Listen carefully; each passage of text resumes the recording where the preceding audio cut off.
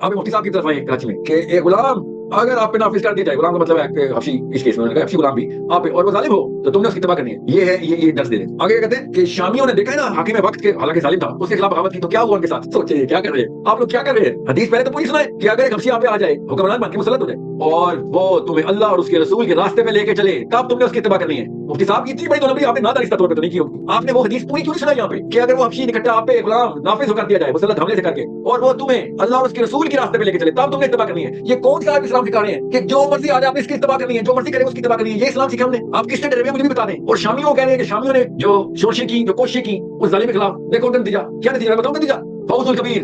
یہ نتیجہ مفتی صاحب سورہ بروج نہیں آتا ہی آپ کو؟ سارے مر گئے تھے، حاکم وقت کے خلاف گئے تھے، سب مر گئے تھے. اللہ نے کہا فوز الکبیر. اتنی بڑی کامیابی ان کو لوگوں نے چوز کی. چھوٹا سا بچہ اٹھایا تھا مفتی صاحب عثمان نے، ایک دن کا بچہ. عیسیٰ ابن مریم ایک دن کے بولے تھے، اور وہ ایک بچہ ایک دن کا بولا ہے. 2 بچے بولے ہسٹری میں. اور ڈر گئی تھی اپنے بچے کو دیکھ کے کہ میں اس بچے کے پیچھے بادشاہ کی بات مان لیتی ہوں کہ یہ بات تو بچہ بول اٹھا کے چھلانگ لگاؤ، بالکل ٹھیک راستے پہ ہو تم، میرے پیچھے نہ اپنے آخر تباہ کر. میں بالکل کلیئر ہوں یہاں پہ، اللہ کا رسول بالکل کلیئر ہے. یہ چھوٹے سے بچے نے اپنی ماں کو کہا لگا اس بروج کی آگ میں چھلانگ لگا. یہ حدیث کا مطلب آپ نے لیا کہ جو بھی آ جائے آپ نے تباہ کرنی اس کی. آپ نے یہ مطلب نہیں لیکن آؤ. مفتی صاحب پر کیا الزامات لگائے یہ تو آپ نے سن ہی لیا. چلیے اب سنتے ہیں اس کے جواب میں مفتی صاحب نے کیا کہا. کسی سے بھی کوئی اختلاف ہوتا ہے نا تو بات کرنے کی بھی ایک تمیز ہوتی ہے، طریقہ ہوتا ہے. آپ نے 2 الزام لگائے ہیں، مفتی صاحب جو ہے نا 2 نمبری کر رہے ہیں. مفتی صاحب کو کسی کا ڈر ہے اور مفتی صاحب نے آدھی حدیث سنائی ہے. آپ پوری حدیث سنا کے کیا ثابت کرنا چاہ رہے ہیں؟ جب بھی کوئی حدیث بیان کی جاتی ہے تو اس کا مقصودی جملہ بیان کیا جاتا ہے. ضروری نہیں ہر دفعہ پوری حدیث بیان کی جائے. جو مقصودی جملہ ہے نا، کتنے واقعات ہیں حدیث میں، ہم جو ہمارا دعویٰ ہوتا ہے اس کے مطابق ہم حدیث پیش کرتے ہیں. تو میرا دعویٰ یہ ہے کہ حاکم چاہے ظالم ہو، چاہے عادل ہو، نیک ہو یا برا ہو، شریعت نے ہمیں اس کی اطاعت کا حکم دیا ہے. یہ میرا دعویٰ ہے. خلاف شریعت باتوں میں اطاعت کی بات نہیں کر رہا میں، جائز باتوں میں ہمیں اس کی اطاعت کرنی ہے، چاہے حاکم عادل ہو چاہے حاکم ظالم ہو. اور اس پر میں نے بخاری کی حدیث پیش کی ہے، اسمعوا واطیعوا ولو سلط علیکم رجل حبشی کأن رأسہ ذبیب، اور ایک میں ہے وان استعمل علیکم، مطلب دونوں کا ایک ہی ہے کہ تم پر حبشی غلام بھی مسلط ہو جائے نا تو تم نے اس کی اطاعت کرنی ہے. یعنی جو حبشی غلام کی مثال اس لیے دی ہے کہ جو حکومت کے لائق نہیں ہے، غلام شریعت میں حکومت کا اہل نہیں ہوتا، اس کو رائٹ نہیں ہے کہ وہ حکومت کرے، لیکن اگر مسلط ہو گیا تو اس کی بھی اطاعت کرنی ہے.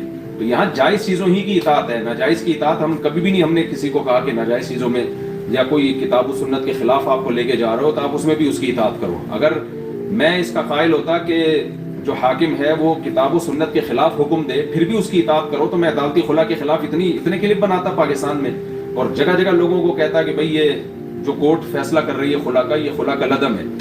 اور توہین جو رسالت کے کیس ہے اس پہ علماء آواز اٹھاتے رہتے ہیں کہ جو توہین رسالت کا جو مسئلہ ہے، اور اس کے علاوہ جو اور بھی بہت سارے غیر اسلامی قوانین جو پاکستان میں بنتے ہیں اس کے خلاف آواز اٹھاتے ہیں. اور ہم اس میں نہیں کہتے کہ لوگ حکومت کی اطاعت کریں.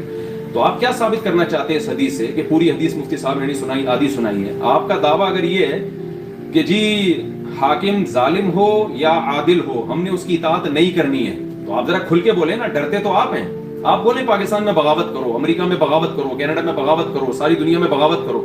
یہ جملہ بولیں نا، آپ مجھ سے بولتے کیوں نہیں ہیں؟ مفتی صاحب نے اپنے اوپر لگے ہوئے الزامات کی وضاحت دی جو آپ نے ابھی سنی. اس کے آگے مفتی صاحب نے ساحل ندیم صاحب کو بتایا کہ آپ اپنے بیانوں کے ذریعے آپ کے اندر کیا چھپا ہوا ہے. آپ کی تمام تقریروں کا حاصل جو ہے نا اب تک جو میں نے نکالا ہے وہ یہ ہے: بیوی کو شوہر کے خلاف ورگلانا، بچوں کو ماں باپ کے خلاف ورگلانا. آپ نے کلپ میں کہا کہ جو ہے وہ ہر ماں کے قدموں کے نیچے جنت نہیں ہے. کیوں نہیں ہے ہر ماں کے قدموں کے نیچے جنت بھائی؟ قرآن تو کہہ رہا ہے تمہارے ماں باپ کافر ہوں، تمہیں کفر پہ مجبور کرتے ہوں، صاحبہما فی الدنیا معروفا، پھر بھی تم نے دنیا میں ان کے مطلب یہی ہے کہ قدموں میں جنت ہی تلاش کرنی ہے، تم نے ان کی اطاعت کرنی ہے، فرمانبرداری کرنی ہے. تو آپ کی کلپوں کا خلاصہ، آپ نے کہا جوائنٹ فیملی کے اسلام میں کوئی تصور نہیں ہے. کہاں سے نکالا آپ نے یہ؟ بھائی جوائنٹ فیملی کا تصور نہیں ہے. آپ نے کہا بہو پر ساس کی خدمت لازم نہیں ہے. کیا آپ کی بیوی، آپ کی ماں آپ کی بیوی سے جو ہے پانی مانگے اور آپ کی بیوی جواب میں یہ کہے کہ جی میرے پر آپ کی ماں کی خدمت لازم نہیں ہے، آپ گھر میں یہ برداشت کر لو گے کیا؟ تو آپ کیوں لوگوں کے گھروں کو خراب کر رہے ہو جوائنٹ فیملی کے نظام کو توڑ کر، بہو کو ساس کے خلاف ورگلا کے؟ اور آپ نے کہا ٹیچروں کے احترام میں نہیں کھڑا ہوا جائے گا. ایک چھوٹا سا ہمارے سوسائٹی میں چیز رہ گئی ہے ٹیچروں کا احترام، وہ بھی آپ سوسائٹی میں ختم کر رہے ہو. تو آپ کی جتنی بھی تقریریں ہیں نا ان کا خلاصہ یہ ہے کہ عوام کو اسٹیٹ کے خلاف، بیوی کو شوہر کے خلاف، اولاد کو ماں باپ کے خلاف، اور بہنوں کو بھائیوں کے خلاف، عورت کو مرد کے خلاف، اور بہوؤں کو ساسوں کے خلاف، اور اسٹوڈنٹس کو ٹیچروں کے خلاف. جو ذہن بنا رہے ہو نا آپ لوگوں کا وہ یہ ذہن بن رہا ہے.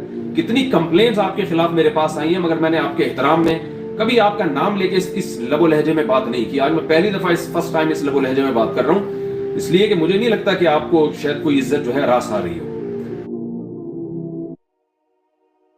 آپ کو کیا لگتا ہے ساحل ندیم نے مفتی صاحب کے بارے میں جو کہا اس کے بارے میں آپ کی کیا رائے ہے؟ اور مفتی صاحب نے جو جواب دیا ساحل ندیم کو اس کے معاملے میں آپ کی کیا رائے ہے؟ کیا مفتی صاحب نے ساحل ندیم کو صحیح جواب دیا؟ پلیز